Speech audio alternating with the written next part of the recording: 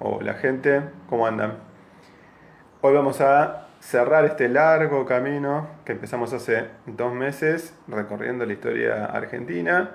Recuerden que empezamos allá en 1810, la Revolución de Mayo y sus causas. Bueno, y hoy lo vamos a cerrar, vamos a llegar hasta la actualidad. Vamos a hacerlo muy breve, pero por lo menos para que tengan un pantallazo general de cuáles fueron los hechos, los acontecimientos desde la última dictadura militar, 1976, el golpe que ya vimos en la clase pasada, hasta 2020. ¿Sí? Por lo menos, ya les digo, para que tengan algunas ideas muy generales y que les puedan servir para guiarse, digamos, en el panorama político, económico de estos últimos años y que cuando vean estas discusiones políticas tengan alguna idea. Así que bueno, vamos a meternos en eso, vamos a ver toda una primera etapa que es la dictadura militar y después los gobiernos constitucionales que se dan desde el 83 hasta acá.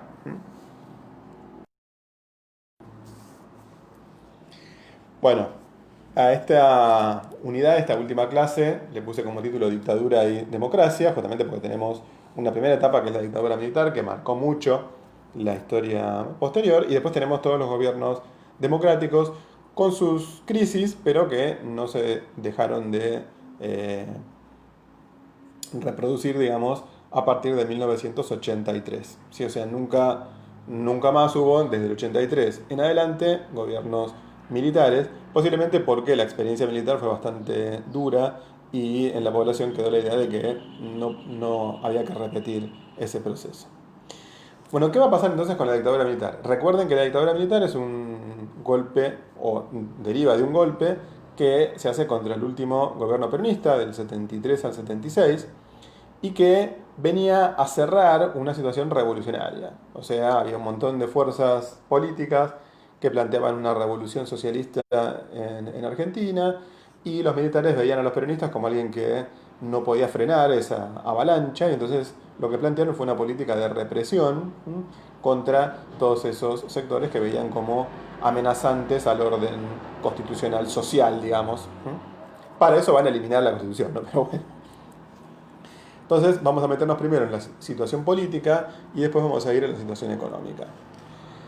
En lo político, la propuesta de la dictadura militar es muy sencilla, es implementar un sistema de represión general, sobre todo contra dos elementos. Uno es el movimiento obrero, o sea, se va a intentar evitar que haya huelgas, que haya movimientos internos, comisiones internas en las fábricas, o sea, se va a intentar eh, reprimir a todos los que levanten cabeza dentro de los sindicatos. Y por otro lado se va a perseguir a las fuerzas revolucionarias. Recuerden que habían surgido una serie de organizaciones armadas que planteaban esta idea revolucionaria y obviamente los van a intentar eliminar, encarcelar y asesinar. A todas estas fuerzas se las van a llamar subversivas, o sea, subversión en el sentido de voltear o querer tirar abajo el orden tal como estaba. Y la particularidad que tiene la dictadura militar es que esa represión, en vez de hacerse en forma legal, o sea, en vez de agarrar y decir, bueno, usted comete un delito tal o cual, lo que se hace es en forma clandestina. O sea, se empiezan a montar centros de detención de personas clandestinos, o sea, que nadie sabe dónde están, justamente para que nadie reclame, y a partir de ahí se hace todo un proceso de secuestro, desaparición de la persona y en algunos casos de asesinato de esas personas y desconocimiento del paradero, o sea, a dónde termina siendo arrojado el cuerpo, etcétera. Entonces, todo este mecanismo lo que intenta hacer es crear miedo en el conjunto de la población, justamente para que no se subleve, para que no exprese opiniones diferentes, y es lo que se considera lo que se llama terrorismo de Estado. O sea, es el Estado mismo, las propias Fuerzas Armadas, las que recurren al mecanismo del terror, o sea, terrorizar el conjunto de la población para evitar que haya algún tipo de protesta o de rebelión. O sea, piensen que justamente el golpe está destinado a intentar frenar ese proceso de rebelión popular. Eh, Obviamente, como parte de este mecanismo de represión, se va a proscribir a todos los partidos políticos, o sea, se cierra el Congreso. Si bien hay alguna colaboración de algunos partidos, por ejemplo, partidos de centro o los radicales, en algunos casos van a compartir algunos gobiernos provinciales, municipales, se los prohíbe de conjunto a todos los partidos políticos y se decreta una especie de estado de sitio permanente, o sea, se suspenden todas las garantías constitucionales hasta nuevo aviso, digamos, ¿sí? O sea, se elimina toda posibilidad de garantías. Justamente este mecanismo de uso del terrorismo de Estado a lo que va a llevar es a que surja con el tiempo lo que se conoce como el movimiento por los derechos humanos. El más conocido de esos movimientos va a ser el de Madres de Plaza de Mayo, que son madres que reclaman por la desaparición de sus hijos. Piensen que el desaparecido no se sabe dónde está. Entonces, evidentemente, estos movimientos lo que hacen es reclamar para la aparición con vida de sus hijos. Pero o sea, no es la única organización. Hay otras como el Servicio de Paz y Justicia, del que va a surgir Adolfo Pérez Esquivel, que luego va a recibir el Premio Nobel de la Paz, que va a plantear también una lucha contra los costados represivos, digamos, de la dictadura militar. O sea, esta es la situación política, ¿sí? El de una represión bastante importante y bastante asesina, digamos. Pero por otro lado, la dictadura plantea una situación económica en la cual lo que intenta es clausurar todo este proceso que ya habíamos visto de sustitución de importaciones que se había dado a partir de los años 30. Recuerden que, para hacer un esquema muy general, habíamos hablado de una etapa agroexportadora hasta los años 30, después había habido una crisis importante, la crisis del 29, y empezó a cerrarse la economía, a generarse una industria interna, a protegerla con impuestos a las importaciones, a subsidiar, o sea, darle ventajas a esas industrias, quitarle impuestos, etc., para hacer que hubiera un desarrollo industrial interno. Esa industria interna, de todos modos, nunca fue demasiado eficiente, y entonces ahora, con la crisis que se desató a partir del 75, los militares vienen y lo que dicen es, bueno, acá hay que eliminar todo tipo de ayuda o de subsidios a la industria interna y hay que confiar en lo que quede, en la que sea la industria más eficiente, y confiar en que Argentina siga exportando sus productos agrarios. A este modelo se le va a llamar un modelo neoliberal y consiste en varias cosas. Por un lado, establecer una apertura económica, o sea, rebajar los impuestos a las cosas que vienen desde afuera, o sea, hacer la contrapartida a lo que era la sustitución de importaciones, o sea, hacer que traigan productos industriales importados, y o sea, eso va a hacer que el nivel de protección de la industria sea mucho más bajo, porque van a tener que competir con productos más baratos que vienen del exterior. Se le van a quitar subsidios a las empresas. Eso va a llevar a que muchas industrias más chicas se terminen fundiendo y entonces se da un proceso de concentración económica, o sea, quedan muchas menos empresas industriales porque se funden las más chicas. Y, como ya dijimos, se privilegia al sector agroexportador, que fue siempre el que tuvo mayor capacidad de ganancia en la Argentina, porque tiene el tema de lo que se llama la renta agraria, que es una ganancia superior a la ganancia promedio que tiene la economía por un tema de que tiene un recurso natural que otros países no tienen. Sin embargo, todo este proceso de, uno podría decir, de retiro del Estado, o sea, el Estado lo que intenta es desregular un montón de actividades. Una de las más conocidas va a ser la desregulación de las tasas de interés. Hasta esta época el Banco Central lo que hacía era manejar, o sea, poner mucha guita en el mercado y entonces bajar las tasas de interés para que le resultara más barato a las empresas del mercado interno tomar plata prestada. Ahora eso se va a desregular y las tasas de interés suben, lo cual facilita que se fundan justamente las empresas más vulnerables. Y después, una cosa que si bien los militares van a intentar hacer, no lo van a conseguir, es el tema del crecimiento de la inflación. La inflación lo que va a hacer es una subida de los precios generales, y como no se podía hacer huelga y no podía reclamarse por salario, el salario nominal queda estancado, o sea, el sueldo no te lo aumentan y la inflación sube muy rápido, con lo cual hay una caída del salario real bastante importante, que era también un objetivo de la dictadura militar, hacer caer el salario real para ver si las empresas que trabajaban en el mercado interno podían exportar porque tenían costos más baratos. Justamente este proceso de caída del salario real va a hacer que tarde o temprano surja una oposición obrera a la dictadura militar. que se va a nuclear principalmente en lo que se conoce como la CGT Brasil. La CGT, la Central Sindical, estaba dividida en varios sectores. Una colaboraba más con la dictadura, otra se oponía. Esa que se oponía es la que se conoce como la CGT Brasil, que va a estar dirigida por un sindicalista que luego va a ser muy conocido, que es Saúl Ubaldini. Bueno, el tema es que cuando se va dando todo este proceso, en los primeros años, del 76 al 79, como la economía se endeuda mucho, pero recibe una cierta cantidad de dinero, la cosa económicamente más o menos funciona, pero a partir del momento en el que todo empieza a deteriorarse, la posición obrera crece, empieza a haber una serie de manifestaciones, y por otro lado, los movimientos por los derechos humanos también presionan. Eso hace que se dé una lucha creciente por la restauración democrática, o sea, por la restauración de las libertades básicas que existían en el sistema político, que empieza a abarcar una amplia cantidad de personas.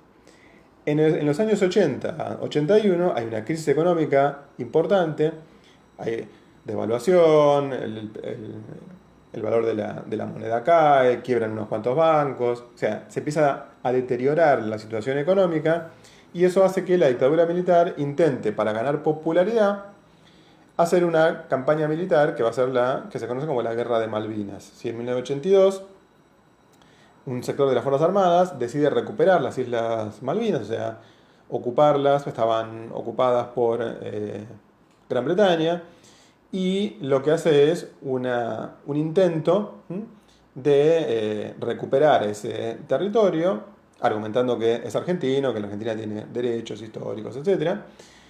Al principio consigue un apoyo popular importante, ¿sí?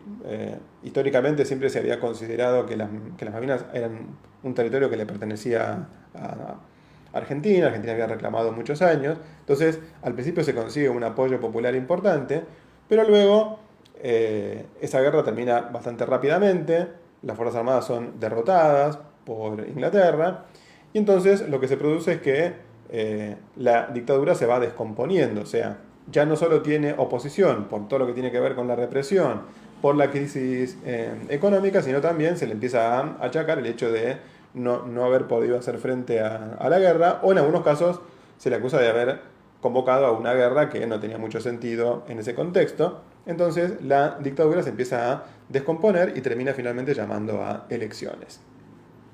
Esto se produce a partir de 1982 y para el 83 ya se da la convocatoria de las elecciones, se empieza a negociar con los partidos políticos, los radicales y los peronistas siguen siendo los partidos más importantes, y entonces eso hace que finalmente se restaure la democracia en 1983.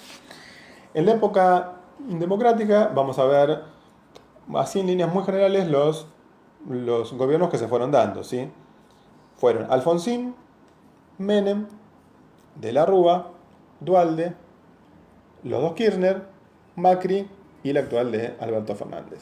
¿Sí? Estos serían, yo fui marcando acá con una línea sombreada los gobiernos que no fueron peronistas, y los que son blancos son los gobiernos peronistas. O sea, hay una alternancia siempre entre gobiernos peronistas y gobiernos no peronistas. Vamos a ir viendo cada una de estas etapas en sus características más generales. La primera etapa es la de Alfonsín. Ganan los radicales las elecciones en 1983 y Alfonsín gobierna entre el 83 y el 89. Recuerden que en esta época todavía rige la vieja constitución y los periodos de gobierno duraban 6 años. Bueno, ¿qué sucede con el alfonsinismo? Bueno, lo más importante quizá, por lo que se lo recuerda mejor a Alfonsín, es la recuperación de la democracia, o sea, el fin de la censura, el fin de la represión, de las desapariciones, o sea, hay todo un proceso por el cual se abren las revistas, los canales de televisión, y deja de haber una persecución importante, o sea, se recuperan las libertades democráticas básicas.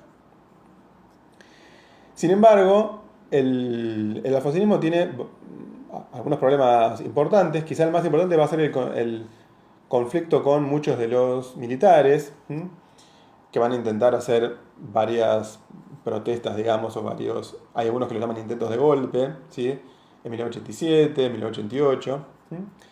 que van a reclamar porque el alfonsinismo lo que hace es condenar a los militares por la actuación que hicieron en la dictadura y como se va a culpar muchas veces a los sectores intermedios o bajos del ejército y no a la cúpula, esos sectores intermedios empiezan a reclamar que por qué los juzgan a ellos y no a los de arriba. Bueno, hay una serie de conflictos que hacen que los militares hagan varias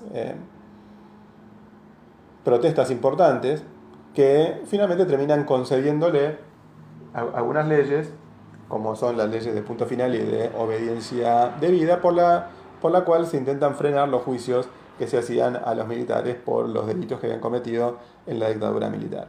Pero digamos que hay un enfrentamiento entre Alfonsín y las Fuerzas Armadas.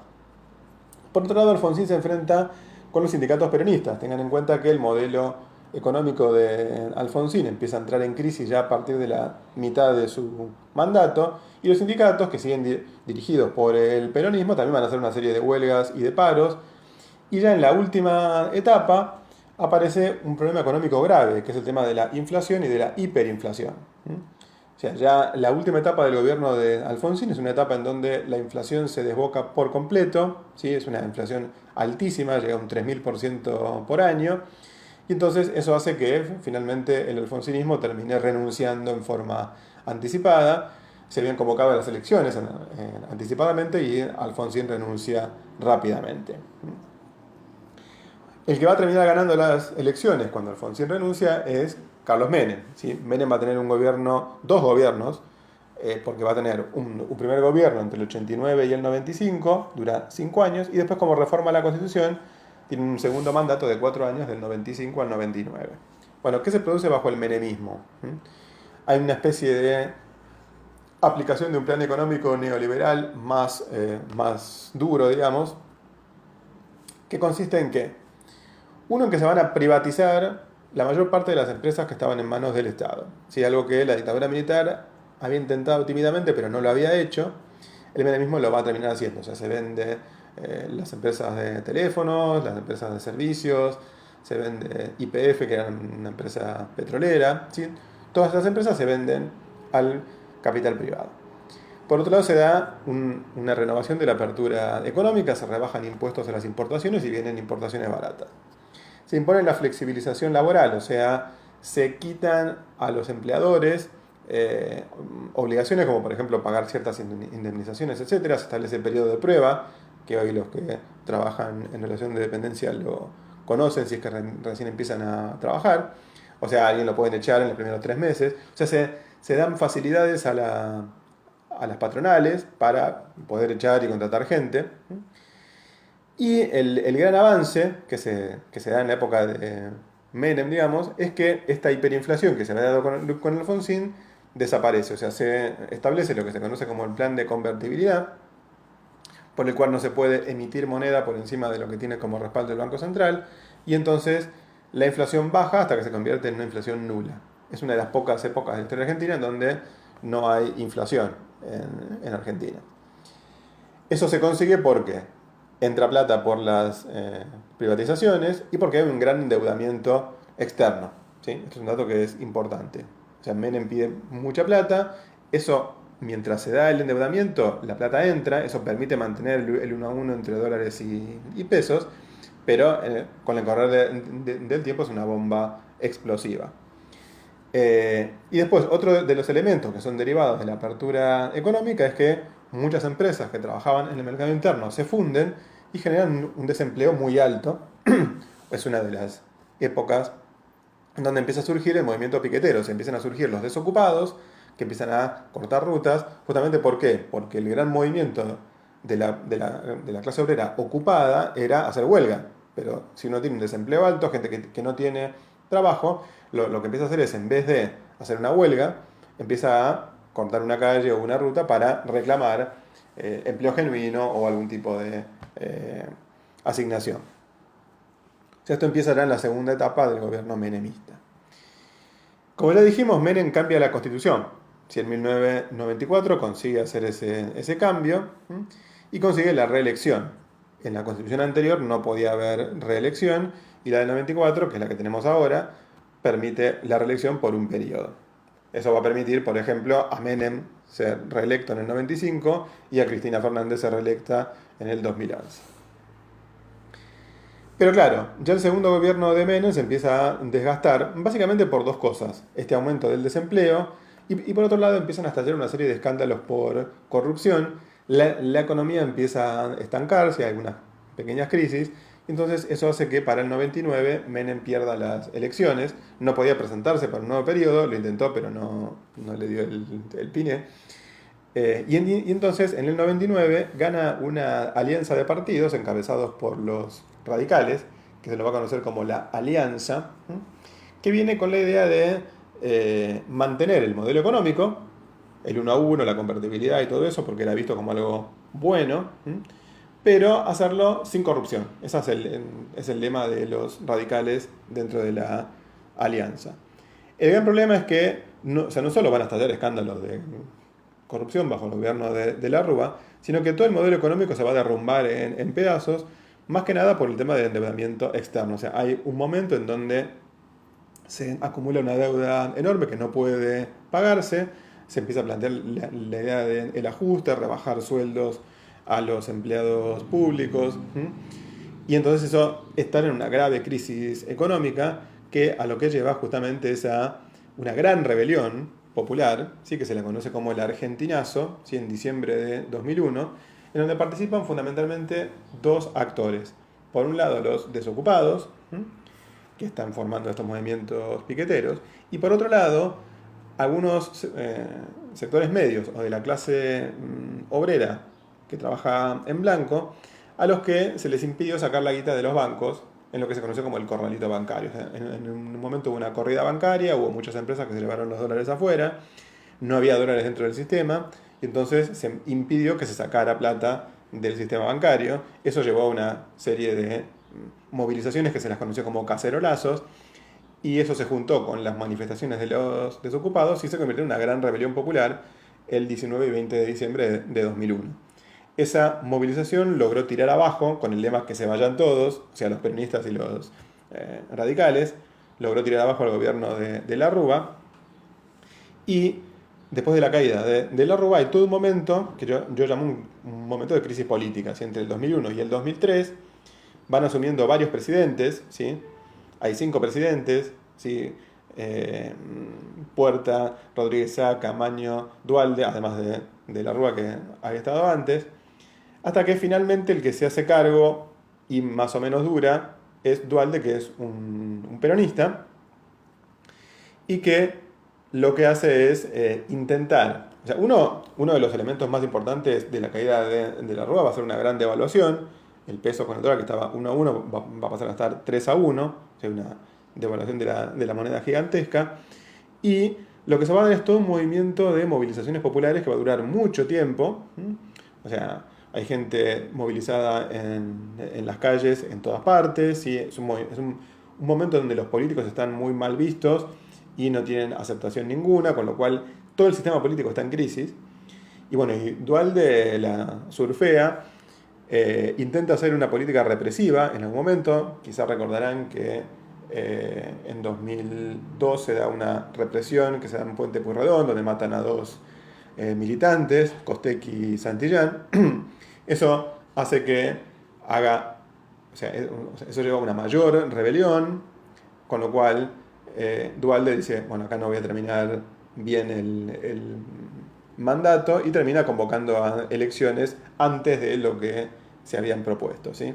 En 2003 se hacen finalmente elecciones y termina ganando Néstor Kirchner, ¿sí? Y empieza esta etapa nueva que va entre el 2003 y el 2015, que es lo que yo llamaría el kirchnerismo, ¿sí? O la época kirchnerista.